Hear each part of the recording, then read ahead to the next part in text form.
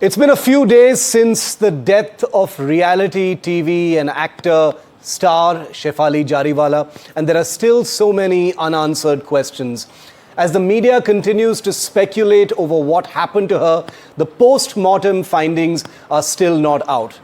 In that vacuum of information are many things that are being said about what may or may not have contributed to 42-year-old Shefali Jariwala's death. Joining me today is someone who sort of knew Shefali, but someone who is definitely in the industry, someone who is under the same lights, someone who has seen the industry from the inside out and knows a thing or two about what those pressures can really look like. It is my privilege, and I'm very happy to have with me Gul Panag. Thank you, Gul, for your time, and I wish, as I always do, that these were under better circumstances and we were talking about happier things because you are doing so much with your life and there are so many lovely things to speak about. But I did want to start by asking you about your thoughts on the death of Shefali Jariwala. To begin with, it was shocking, Shiv, right? One doesn't expect to read on social media, which is where we consume news now, about the tragic passing of somebody who's just 4 years younger than me. Yeah. So I'm 46 and she's 42. She was 42. I think it's deeply unsettling. And then you take a step back and you realize this societal pressure, this definition of beauty, this idealization of beauty. So beauty has always been, has been idolized. Yeah. But of late, what we're seeing is a institutional, AI-driven definition of it. We are being taught of a version of beauty which has an algorithmic fix to it, and then it's being sold back to us as the norm. And that's happening in the entire ecosystem, that everything that we consume visually has beauty being packaged to us in a manner that's scientifically, algorithmically defined, and that's being sold to us as normal. Because Shefali Jariwala was very big on social media. I know you don't visit social media very much, and that I'll come to that in just a bit, but Shefali was immersed in social media, Gul. But I want to start by also asking you, you knew her vaguely. There was an overlap in terms of your presence in the industry as well. What can you tell us about her? Did you know her? I think maybe 2 or 3 interactions in a place where she was there and I was there, and a nod of recognition and a hello, hi. Yeah. But I would not be able to at any point say I knew her. Yeah. It's how you know of somebody in the industry and somebody knows of you. And to that extent is what I could say, that I did know her. No, and I have to admit, I did not know she was a huge presence on social media because I don't consume so much of it. Yeah, I mean, there are a couple of things in common which I'd like to explore as well, because we do know you as someone who stands very strongly about, with living naturally, with being fit, exercise and things like that, which I will come to, because there are all these other layers that have also come into play. But Shefali Jariwala's death has left this vacuum of information. Right now, we're grappling with things like glutathione and anti-aging injections and, skin lightening therapies. And, because the person is not there to speak about them or to confirm or deny these things, there is obviously a sense of deep media voyeurism to private details of someone's life. But are these realities of what young stars face in this industry? This huge pressure to look young, stay young, lighten your skin and things like that? Absolutely. I think we're chasing quick fixes. And when I say we, I mean as a society, of which the media industry tends to be a microcosm. Yeah. We're chasing quick fixes over resilience. We're trying to find ways to address deep-rooted anxieties that come from fear of irrelevance, fear of being forgotten, fear of imperfection, and fear of invisibility. Essentially, it's those, and that's what triggers the anti-aging industry to come after us. I mean, the anti-aging industry has weaponized those fears and brought that to you as multiple solutions to be chosen from. I mean, just look at it. Today, there's more regulation in terms of what you can put inside your mouth and consume, compared to what you can inject your face with. It's a completely unregulated gray area. There's this gray area where it's the intersection of tech, of aesthetics, of pharma and well-being, which is completely unregulated. Yeah. You have medical procedures and medical advice and medical grade interventions being practiced by non-medical professionals. These are all huge cause of concern. And why are we doing this? Because at some level, the whole chasing youth, chasing eternal youth has become what it's all about. It's not about aging, because aging is evolution, right? I'm not the same person today as I was 10 years ago. And I'm certainly not the same person as I was 20 years ago. I mean, I was just talking to a colleague at NDTV that I've known her for 20 years. Yeah.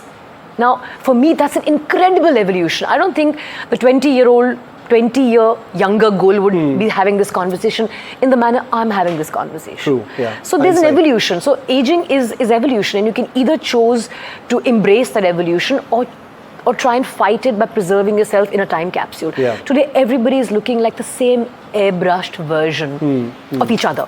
Yeah. Why is that? It's because of this constant feeding of information which epitomizes eternal youth, which is an oxymoron.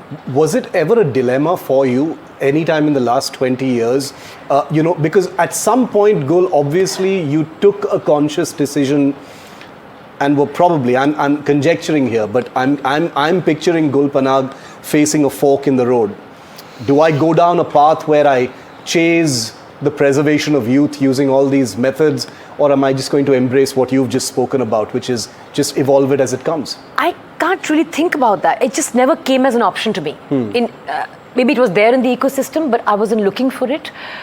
I just think that I've always chosen resilience over a quick fix. I've always chosen wellness, and actual wellness which gives me long-term results. The only long-term device I have at my disposal is my physical being. Yeah. I'm not going to put anything inside it that's not good for it. I mean, if you have a car, any car that you may have, I hope you drive electric. Yes. But assume that we don't drive electric right now, and we drove gasoline or diesel. Would you put kerosene in it? No, because it's not good for it. Why would you put something in your automobile or in your machine which is not good for it? I mean, that was my fundamental thing. Not today, not 10 years ago. Always. I mean, I've always, again, this is not probably the right forum, but I've never been attracted to drugs for that reason, not because of probably not being attracted by what it could promise, but because of what it would do to me in the long term. I want the best version of me available to serve me for the next 25, 30, 40 years. Yeah. And that's what I talk about when I say resilience. Yeah. And somehow that never came up for me, Shiv. Perhaps Shefali wasn't or didn't feel, and I have to, make this disclaimer here, obviously, because we are still in the realm of not having enough information about her life. And I constantly need to remind ourselves that, she isn't here to, correct or verify some of the things being said about her. But perhaps someone like a Shefali may not have felt empowered enough to, avoid some of the things that you're saying you were never attracted towards. Is that the reason I'm asking that is that what industrial pressure really is about? I think that's very incisive. We all surround ourselves inadvertently by people who speak like us, talk like us, think like us. So when you're young, and Shefali has been around for over 20 years as well. I remember I did a dance class once for fitness, but not to pursue dancing, where we used to dance to that song. Yeah, Kanta Laga. Kanta Laga, absolutely. I mean, it was a rage. So what I'm trying to say is that we tend to surround ourselves as human beings by people who are like us or think like us. And over time, even if we're not like them, we become like them. So the company you keep is really important. And because, as you rightly said, the ecosystem pushes for eternal youth, the ecosystem pushes for being this assembly line version of yourself which looks like everybody else.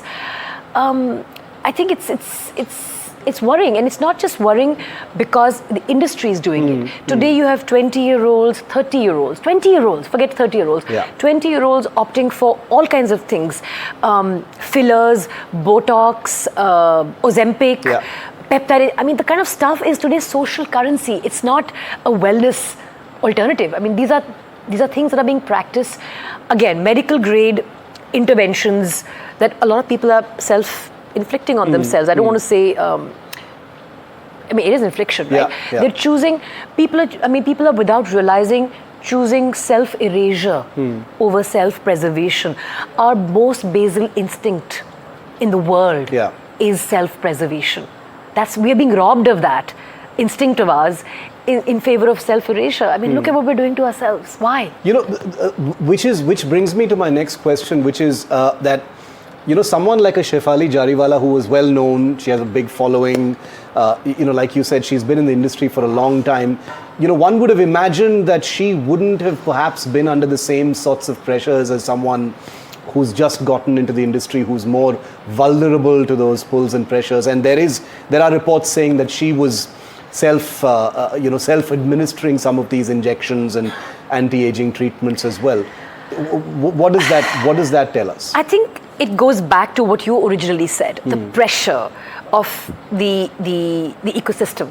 And the ecosystem is not just limited to your own ecosystem of the entertainment industry. Yeah. It's now social media and its followers, and it's people who are expecting you to be a version of yourself that probably doesn't exist anymore.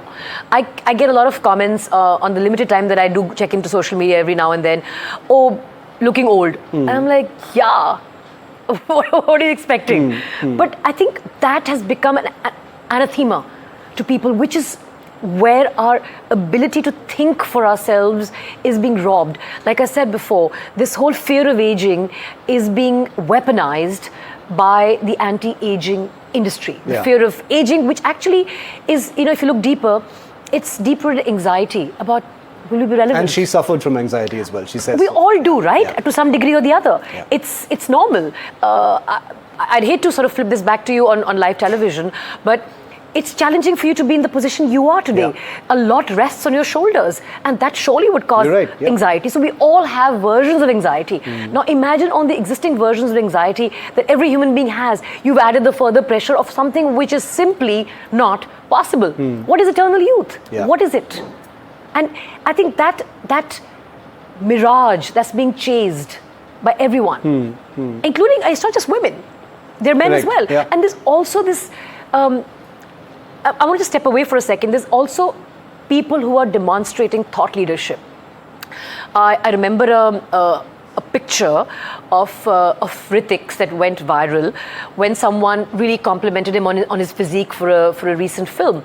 And he said, look, I don't look like this all the time. Yeah. Here's me earlier. Now, Instagram or social media or whatever your poison is, it packages a version of yourself that you don't really adhere to yourself. I mean, the greatest athlete of all times, if you were to look at aesthetic bodybuilding or body competitions, Arnold Schwarzenegger, he did not maintain peak form beyond performance season, beyond competing season. Right. Nobody's able to do that. Now, these are unrealistic standards that are AI fueled and being defined as normal. But this is how you're supposed to look at all times. You're never supposed to wake up looking a particular way or not a particular way. And I think it's the whole ecosystem. I don't know what was going on, but also this business of wanting to always take a picture and put it out there for consumption. Why? Always. I mean, there's a certain pressure of relevance, of just making sure that you're not forgotten, which is normal for everybody. Right. But to the extent that everything that you do must constantly be broadcasted. I don't know. I mean, how did you take that decision to get out of that ecosystem, or not constantly be surrounded by people who can have that kind of pressure on you? Does it also come down to having a better support system, which perhaps someone like a Shefali did not? We don't know that for sure, but I'm just wondering. I really can't speak for her, or in fact for anybody else, but I had gotten sucked into a Twitter ecosystem about 7, 8, 9 years ago, where how I felt about my day would depend on the kind of interaction I had, or whether I had the last word. I was all the time on Twitter, all the time. It was a great high to be able to exercise that kind of influence and just say what you wanted to say. And then I sort of realized I transitioned to Instagram, which is a more visual medium, but it took me some time to realize that this is not what I want to be defined by, because it was coming in the way of me being the most authentic version of myself. As stepping into public life, for me, came in the way of being my most authentic version of myself, because having belonged to a party for some time, I realized that I was filtered in terms of what I could say. I was not being the most authentic version of who I was. And I took certain decisions with respect to how I conducted my public life. And that also made me step back from Twitter and now X to a large extent, unless I really have something to say. And then also I make sure I try and say it with a degree of nuance. And not just be sensational for the sake of being sensational. Which again is a self-feeding mechanism, because you want to say something which is sensational to get virality, but then prepare for what comes with the virality. Do you find yourself largely avoiding social media more and more, or are you still plugged in? I am plugged in to the extent that I want to check in the news as far as X is concerned. I do follow you, of course, and you keep following me and unfollowing me for some reason. I don't know why. I follow you, come on. So, no, I think at one time I was trying to DM you and I couldn't. But anyway, what I was trying to come at was, my brother introduced me to this app late last year, which regulates your time on social media. It's a third-party app, and you can choose which apps you want to lock down, for want of a better word.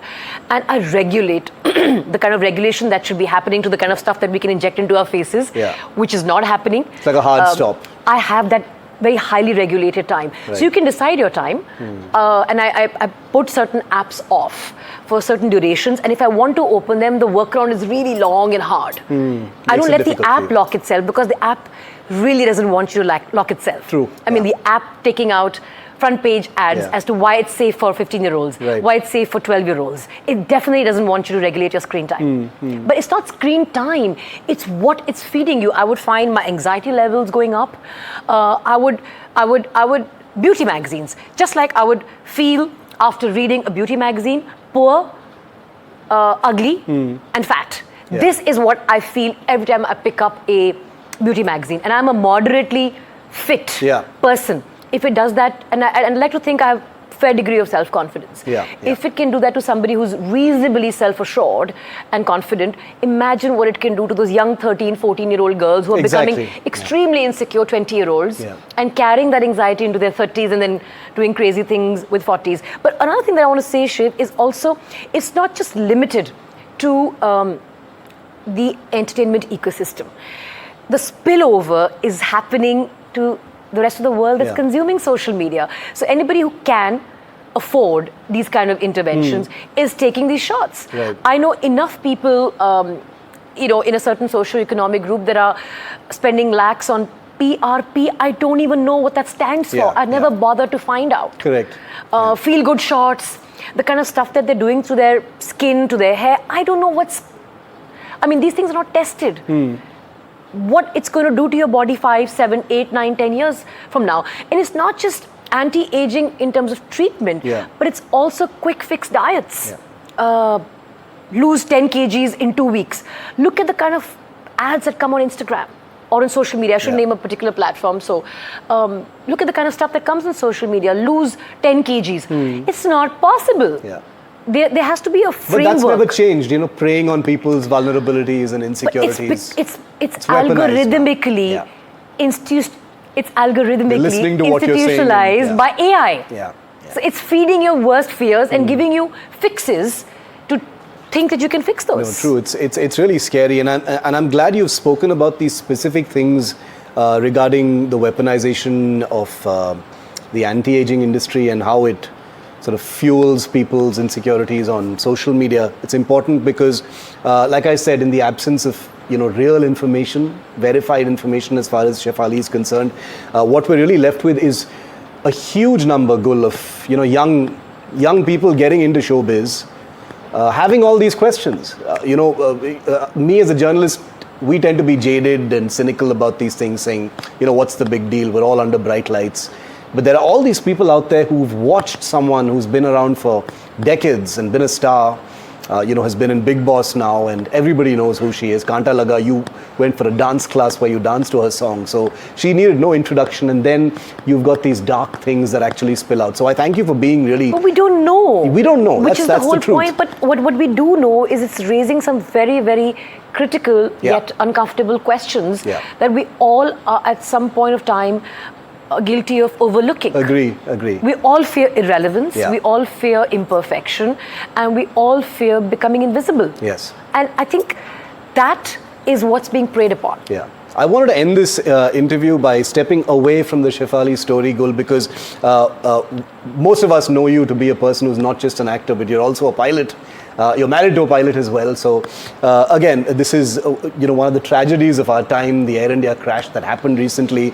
And I did want to put this question to you. On the pilots themselves, in the initial days after the tragedy, we did see so much being said about pilot error and, were the pilots tired? Were they trained enough? All these irresponsible things went viral immediately after. How did that make you feel? I know you're a pilot, so that's why I'm asking. Being one, I just fly. I'm a hobby pilot. I fly every other month, and I'm just rated to fly 2-3 small little aircraft. Yeah. But few things are sacrosanct across the aircraft you fly. Whether you fly the fancy B-2 bomber, that's what it is, beautiful aircraft, or you fly a 152, 172 Cessna. There are certain things that go on in a pilot's mind when you're taking off. And engine failure at takeoff is something which is a memory item, and how to address that is also something that you're drilled. It's drilled into your head from the time that you go to flying school. IFATO, engine failure, is a verbal call out that you do to yourself, even when you're alone in the aircraft, if you follow instructions and you've been trained well. Now, whether engines failed, did they not fail, all of that will be revealed once the final report is out.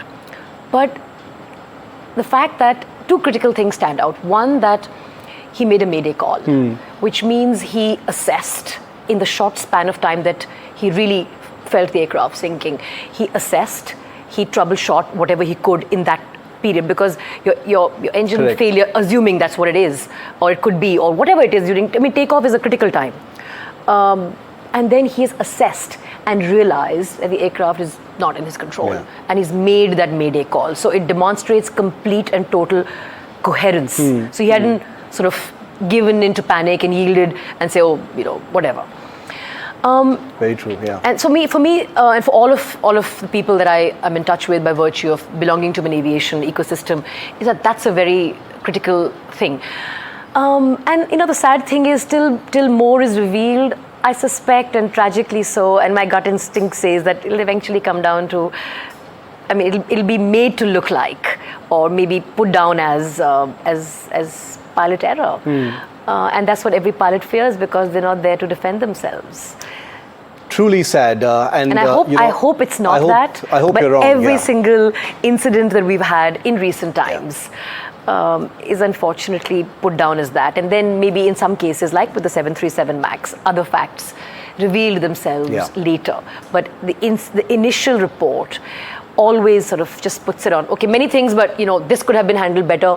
Even if there were failures and they could be attributable to other things, there will be a pilot aspect. There will be a pilot error aspect as a contributing factor, which will always happen. And it's unfortunate. But having said that, given how advanced the machines are today, it is really the only variable, because the machine can literally fly itself. The 787 was a semi fly-by-wire aircraft.